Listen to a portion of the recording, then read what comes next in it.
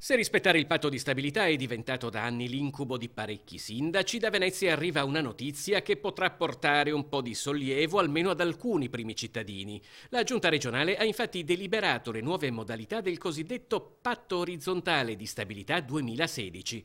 Si tratta di un provvedimento che consente in particolare ad alcuni comuni di sforare l'obbligo di pareggio di bilancio solo per il sostegno di investimenti, grazie alla compensazione tra attivi e passivi dei bilanci di tutti gli enti locali del territorio.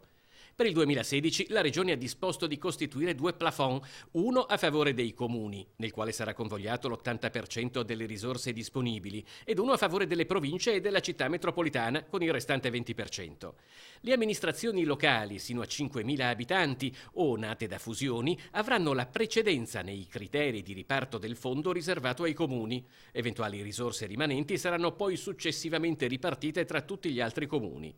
I piccoli comuni potranno così aprire un po' di più i cordoni della borsa, ha sottolineato il vicepresidente della Giunta, Gianluca Forcolin, che ha portato all'esecutivo la delibera, liberando risorse e affrontando spese che altrimenti non avrebbero potuto sostenere. Comuni, province e città metropolitana hanno tempo sino al 15 settembre per presentare alla Regione la domanda di adesione al patto orizzontale.